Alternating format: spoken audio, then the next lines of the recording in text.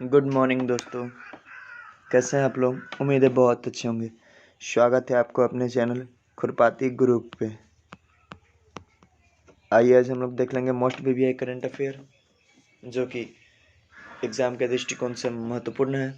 और SSC GD का भी एग्ज़ाम डेट आउट हो चुका है, आप लोग जान ही चुके होंगे। अभी तक 16 नवंबर से परीक्षाएँ शुरू हो रही हैं एसएससी जीडी की, और एमटीएस का तो पहले ही डेट आ चुका है। ठीक है, तो आप लोग तैयारी अच्छे से कर रहे हैं ना? उम्मीद है अच्छे से तैयारी कर रहे होंगे।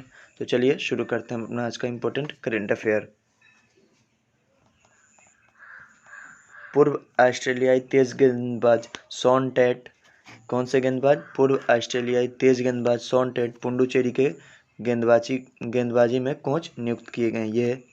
ये शॉन टेट है जो ऑस्ट्रेलिया के पूर्व तेज गेंदबाज थे, पूर्व तेज गेंदबाज रह चुके हैं। इनको पुडुचेरी क्रिकेट टीम का गेंदबाजी कोच नियुक्त किया गया। ये कुछ और भी जान लेते हैं। ऑस्ट्रेलिया के पूर्व तेज गेंदबाज शॉन टैट को पुडुचेरी क्रिकेट टीम का गेंदबाज नियुक्त किया गया है। क्रिकेट एसोसिएशन ऑफ पुडुचेरी के सूत्र टैट एक कोचिंग टीम में भी शामिल है, जिसमें मुख्य कोच दिशांत याग्निक और मैनेजर और स्ट्रेंथ और कंडीशनिंग कोच कल्पेंद्र झा शामिल है। ऑस्ट्रेलिया के पूर्व खिलाड़ी को हाल ही में 5 महीने की अवधि के लिए अफगानिस्तान टीम का भी कोच नियुक्त किया गया था। ठीक है, आइए कुछ और भी शॉन टेट के विषय में जान लें, जो एग्जाम के दृष्टिकोण से महत्वपूर्ण होने वाले हैं।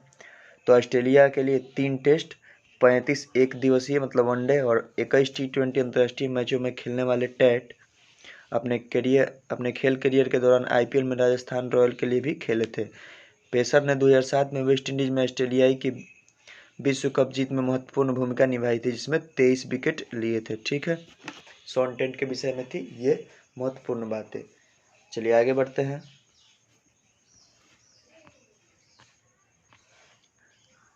अगला न्यूज है अपना, वायुसेना प्रमुख ने हवाई में प्रशांत वायुसेना प्रमुख संगोष्ठी 2021 में लिया भाग। वायुसेना प्रमुख ने हवाई में प्रशांत वायुसेना प्रमुख संगोष्ठी 2021 में लिया भाग। इसके बारे में जान लेते हैं। Air chief marshal RKS Bhadauria ने हवाई में ज्वाइंट बेस पर्ल हार्बर हिकम में air chief marshal RKS Bhadauria भी एयर चीफ मार्शल हमारे कौन है? तो राकेश भदौरिया। कौन है? RKS भदौरिया, राकेश भदौरिया। इन्होंने हवाई में ज्वाइंट बेस पर्ल हार्बर हिकम में 3 दिवसीय प्रशांत वायुसेना प्रमुख संगोष्ठी, क्या है नाम है इसका? प्रशांत वायुसेना प्रमुख संगोष्ठी 2021 में भाग लिया। Enduring cooperation towards reasoning stability theme पर, ये क्या है? थीम है उसका। आयोजित इस कार्यक्रम में हिंद प्रशांत क्षेत्र के देशों के वायुसेना प्रमुखों ने भाग लिया। भदौरिया को संगोष्ठी के लिए डीन के रूप में नामित किया गया था। ठीक है, और भी कुछ जान लें।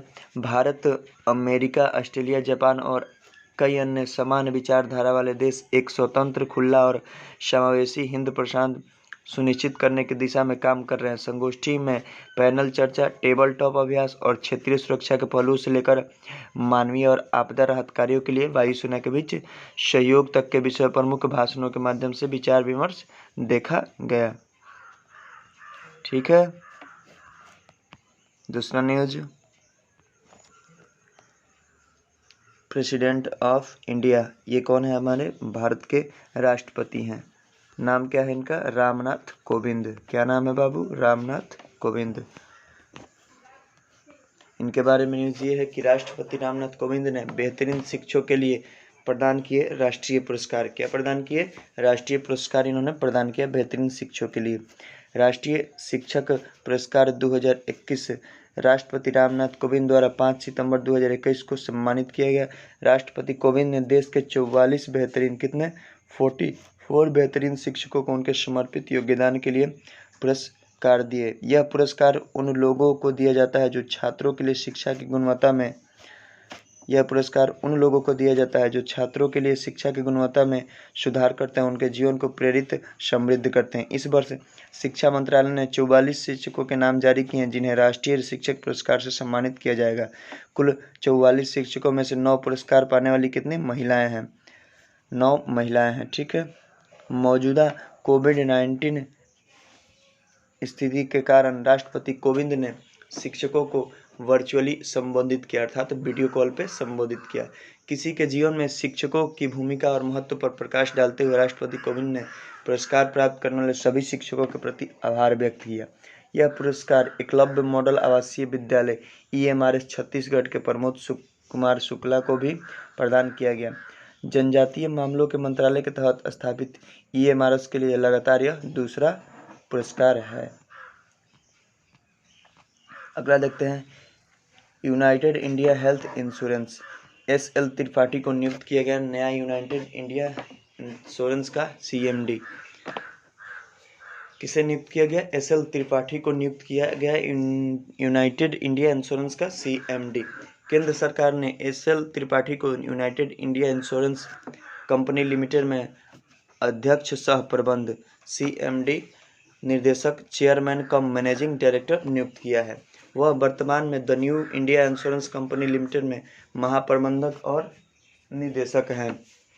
उन्हें पदभार ग्रहण करने की तिथि से और सेवानिवृत्ति की आयु प्राप्त करने की तिथि तक यूनाइटेड इंडिया के CMD के रूप में नियुक्त किया गया है। और जान लें, United India insurance company limited का मुख्यालय कहाँ पर है? तो चेन्नई में। कहाँ है इसका मुख्यालय? चेन्नई में। United India insurance company limited की स्थापना कब हुई थी? तो 18 फरवरी 1938 को। United India insurance company limited के CEO कौन है अभी? श्री गिरीश राधा कृष्णन। ठीक है, श्री गिरीश राधा कृष्णन। अगला देख लेते हैं। अगला है हमारा, भारत का पहला डुगोंग संरक्षण रिजर्व तमिलनाडु में होगा स्थापित। भारत का पहला डुगोंग संरक्षण रिजर्व तमिलनाडु में होगा स्थापित। आइए इसके बारे में जान लेते हैं। तमिलनाडु राज्य सरकार ने पाक के खाड़ी के उत्तरी भाग में भारत का पहला डुगोंग संरक्षण रिजर्व स्थापित करने की घोषणा की है। डुगोंग की आमतौर पर समुद्री गाय के रूप में जाना जाता है। डुगोंग को जो है आमतौर पर समुद्री गाय के रूप में भी जाना जाता है। भारतीय वन्य जीव संस्थान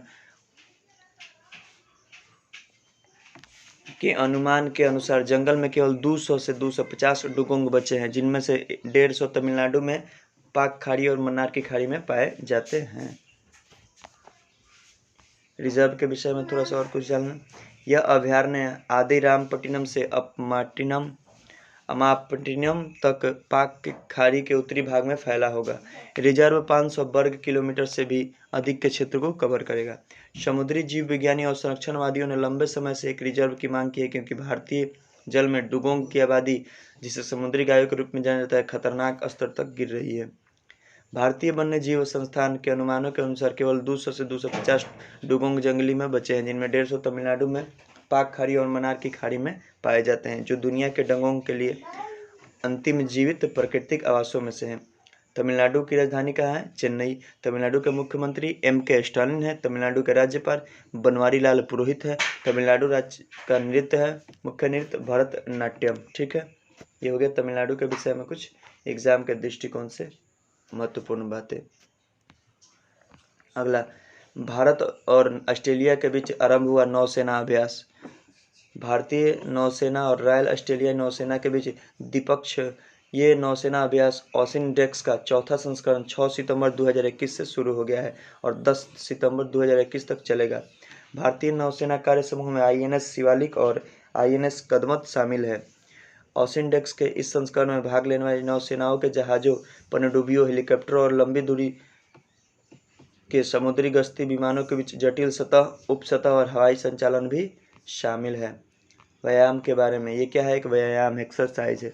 2015 में द्विपक्षीय INRN समुद्री अभ्यास के रूप में शुरू हुआ। ओसिनडेक्स पिछले कुछ वर्षों में जटिलता में बढ़ गया है और 2019 में बंगाल की खाड़ी में आयोजित अभ्यास के तीसरे संस्करण में पहली बार पनडुब्बी रोधी अभ्यास भी शामिल है।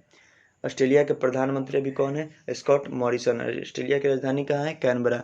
ऑस्ट्रेलियाई मुद्रा क्या है? ऑस्ट्रेलियाई डॉलर। ठीक है, अगला प्रश्न, IIT हैदराबाद में शुरू हुआ भारत का पहला जैव ईंट आधारित भवन। कृषि कचरे से जैव ईंटों से बनी भारत की पहली इमारत का उद्घाटन IIT हैदराबाद में किया गया है। यह भवन धातु के ढांचे द्वारा समर्थित जैव ईंटों से बना है।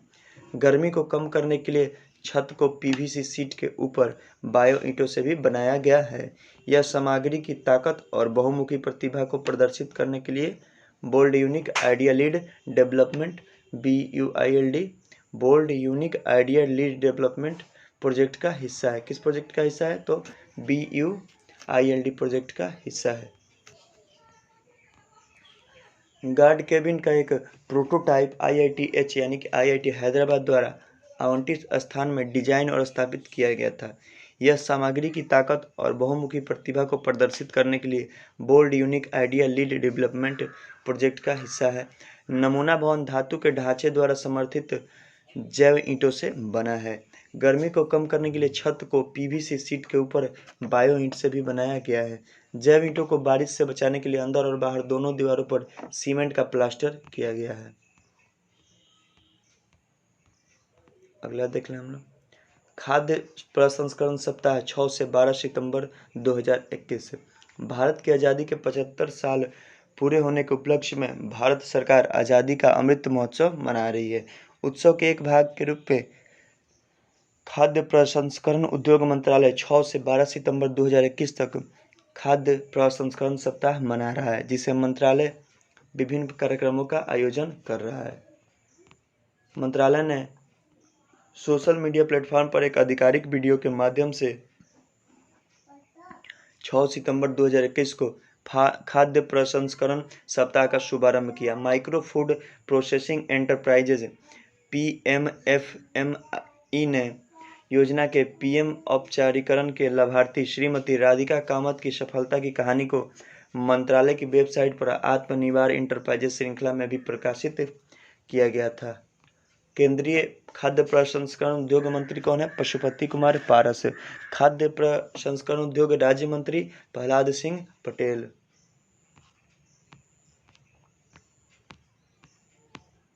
फ्रांस के पूर्व फुटबॉलर जीन पियर एडम्स का हुआ निधन।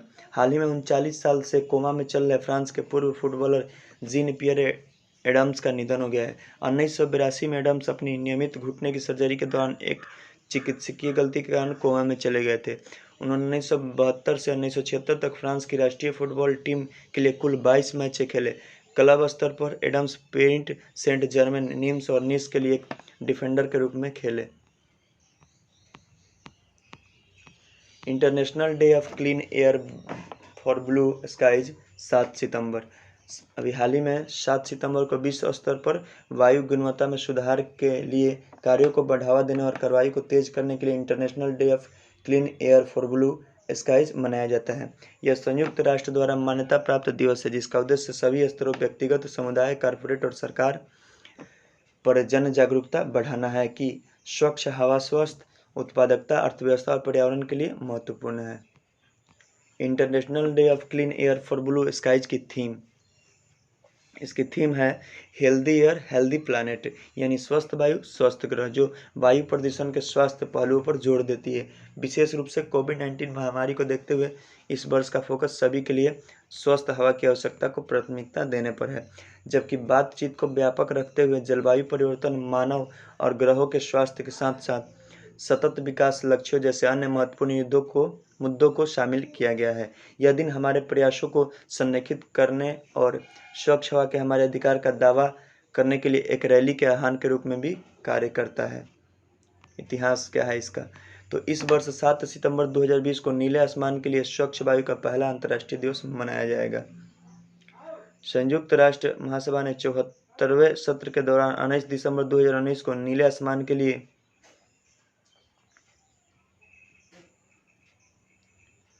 अंतर्राष्ट्रीय स्वच्छ वायु दिवस मनाने का प्रस्ताव अपनाया और संयुक्त राष्ट्र पर्यावरण कार्यक्रम UNEP को अन्य प्रासंगिक संगठनों के साथ मिलकर अंतर्राष्ट्रीय दिवस मनाने जाने का आह्वान किया था। इस दिन को मनाने के लिए जलवायु और स्वच्छ वायु गठबंधन CCAC ने UNEP और कोरिया गणराज्य के साथ मिलकर काम किया।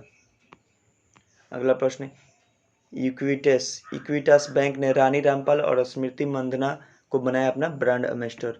Equitas small finance bank ESFB Equitas small finance bank ने भारतीय महिला हॉकी खिलाड़ी रानी रामपाल और क्रिकेटर स्मृति मंदाना को कंपनी का ब्रांड एम्बेसडर बनाया है। यह घोषणा 5 सितंबर 2021 को ESFB की 5वीं वर्षगांठ के दौरान की गई थी। रामपाल के नाम राष्ट्रीय हॉकी टीम में खेलने वाले सबसे कम उम्र के खिलाड़ी होने का रिकॉर्ड है, जबकि मंदाना को भारतीय क्रिकेट कंट्रोल बोर्ड BCCI द्वारा सर्वश्रेष्ठ महिला अंतर्राष्ट्रीय क्रिकेटर के रूप में भी मान्यता दी गई थी। तो करंट अफेयर में आज के लिए इतना ही, फिर मिलेंगे हम लोग अगले वीडियो में। तब तक के लिए आप लोग से विदा चाहता हूँ। जय हिंद, जय भारत।